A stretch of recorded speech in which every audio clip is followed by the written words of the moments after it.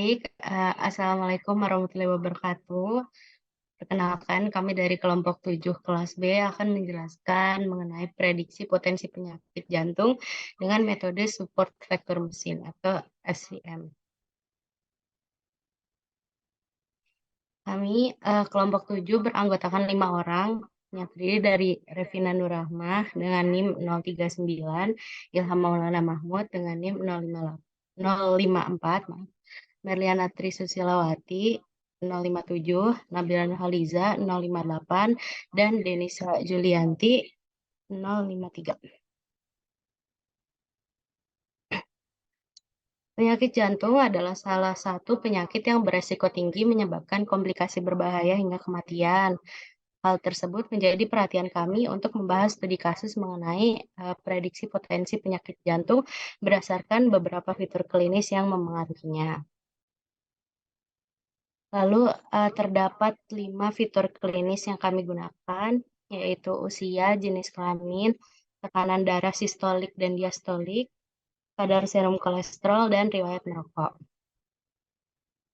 Metode yang kita gunakan untuk klasifikasi ini yaitu support vector machine, di mana SVM ini mampu bekerja dengan baik pada ruang fitur berdimensi tinggi dan mampu menangani data yang memiliki hubungan non-linear. Baik, langsung saja kami tunjukkan dataset yang kami miliki. Baik, di sini saya akan menjelaskan dataset atau data latih yang telah kita buat. Di sini ada 6 fitur yang kami buat, yaitu yang pertama ada fitur usia, jenis kelamin, tekanan darah sistolik, tekanan darah diastolik, kadar serum kolesterol, dan riwayat merokok. Dan juga ada kelas atau label, yaitu penyakit jantung. Dataset atau data latih yang kami buat di sini berjumlahkan 51. Selanjutnya, kami juga membuat sebuah tabel data uji yang dimana data yang kami buat itu sebanyak 3. Itu misalnya di sini ada usia 52 tahun dengan laki-laki, lalu tekanan darah sistoliknya 132, tekanan darah diastolik 80, kadar serum kolesterol 185, riwayat merokok tidak, dan seterusnya sampai dengan data yang ketiga. Selanjutnya kami akan menjelaskan pada bagian program di dalam Google Collaboratory. Baik, di sini adalah tampilan program yang telah kami buat. Yang pertama di sini kami mengimpor library yang diperlukan. Yang pertama ada library Pandas, di mana library ini berfungsi untuk memanipulasi dan menganalisis data dalam format tabular. Lalu selanjutnya ada library SVM dari Scalearn, di mana library ini berguna untuk menyediakan algoritma SVM untuk klasifikasi dan juga regresi. Lalu juga ada library accuracy score, di mana ini dari Scalearn Matrix untuk mengukur akurasi model. Selanjutnya ada mengupload file Excel data latih ke dalam Google Colab, di mana di sini menggunakan modul files dari Google Colab untuk mengupload file dari sistem ke lingkungan Colab. Dalam program kode tersebut, file Excel data latih itu diunggah menggunakan files of upload, di mana di sini data latih yang kita buat dalam Excel tadi diupload dalam files.upload. Selanjutnya membaca data latih dari file Excel, di sini membaca file tersebut menggunakan fungsi pd.read_excel, di mana ini didapat dari library Pandas yang digunakan untuk membaca file Excel dengan menggunakan nama file pet dataset ke 7b.xlsx, di mana itu adalah ekstensi dari Excel yang diunggah sebelumnya. Lalu data yang ada dalam file Excel tersebut dimuat ke dalam variabel data_train, di mana itu untuk digunakan dalam analisa lebih lanjut. Selanjutnya akan dijelaskan oleh rekan saya.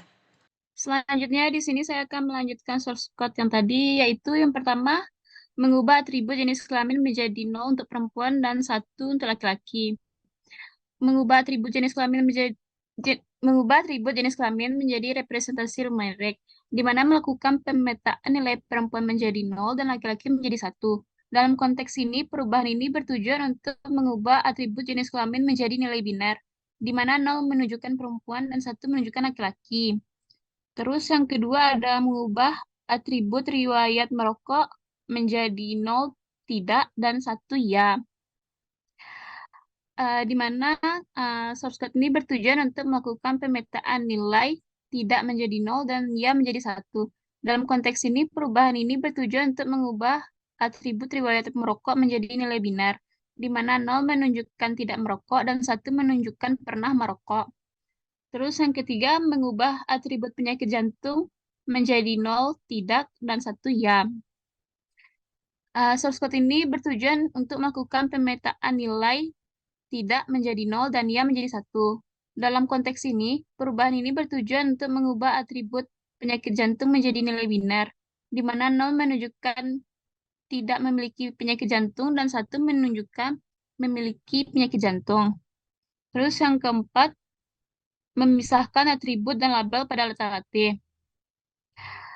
uh, mengubah atribut-atribut tertentu menjadi nilai numerik, yaitu memisahkan atribut dan label dari data lain. Yang digunakan untuk mengambil subset dari data frame data train yang terdiri dari atribut-atribut yang akan digunakan untuk analisis lebih lanjut. Atribut-atribut ini adalah jenis kelamin, riwayat merokok, usia, tekanan darah sistolik, tekanan darah diastolik, dan kadar serum kolesterol. Kemudian, atribut label penyakit jantung dipisahkan yang disimpan dalam variabel Y-train. Baris kode Y-train sama dengan data train penyakit jantung digunakan untuk mengambil kolom penyakit jantung dari data frame data train dan menyimpannya dalam variabel Y-train. Kolom ini akan digunakan sebagai target atau label yang ingin diprediksi atau analisis atau dalam analisis selanjutnya. Selanjutnya akan saya serahkan kepada rekan saya. Lanjut. Selanjutnya, di sini saya akan melanjutkan pembahasan source code selanjutnya. Di sini ada model SVM SVC, yaitu baris yang membuat objek model SVM menggunakan kelas SVC yang disediakan oleh library-nya. Lalu ada model fit Xtrain Y-train, yaitu baris ini melakukan pelatihan model dengan menggunakan data latih Xtrain dan target latih Y-train. Lalu fit-nya itu digunakan untuk mengarahkan model untuk mempelajari pola dari data latih dan membangun model SVM yang sesuai.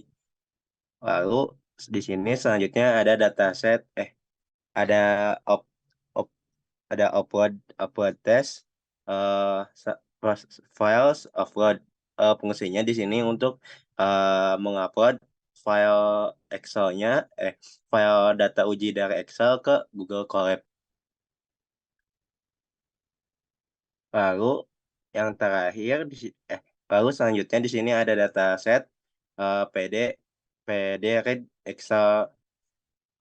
Lalu di sini nama filenya data uji nama filenya. Di sini file yang sudah diuploadkan dari Excel ke Google Colab-nya dalam proses pembacaan dari si dari si Excel-nya. Sekian.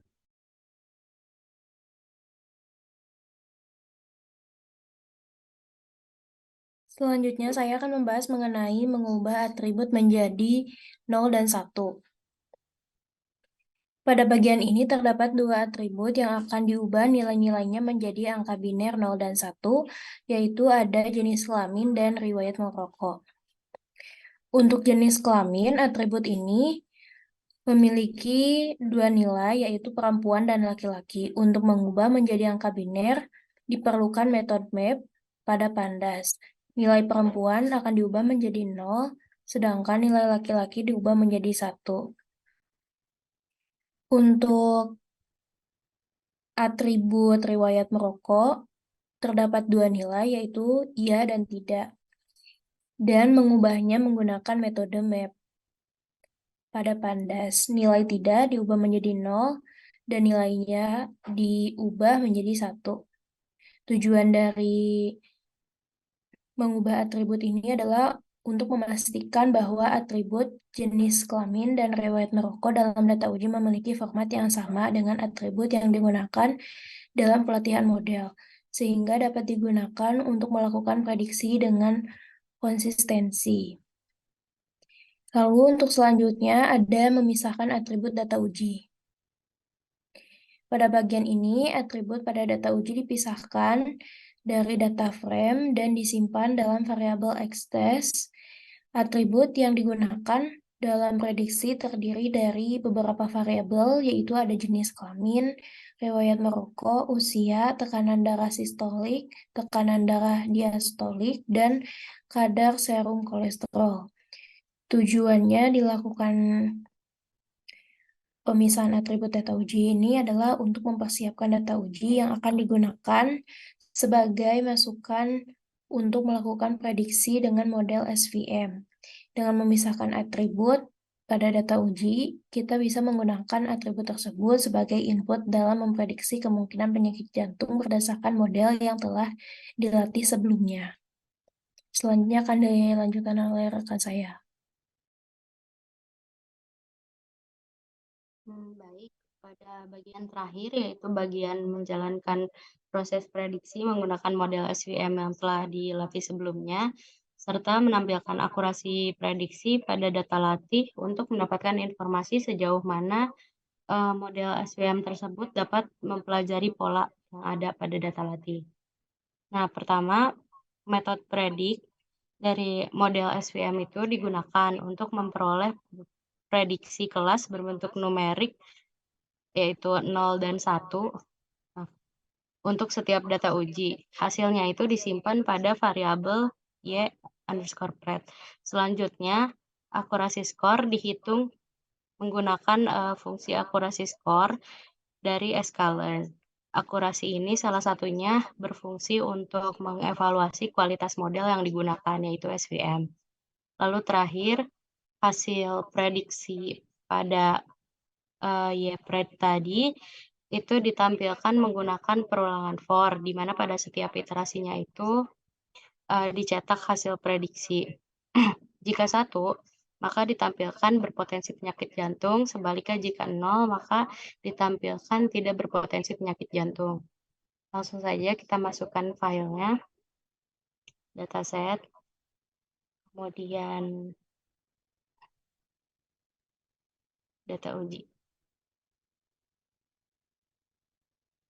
Lalu akan keluar hasilnya berupa akurasi pada data latih dan hasil prediksi, di mana data ke-1 pada data uji itu berpotensi berpenyakit jantung, lalu yang kedua itu berpotensi penyakit jantung, dan yang ketiga tidak berpotensi penyakit jantung.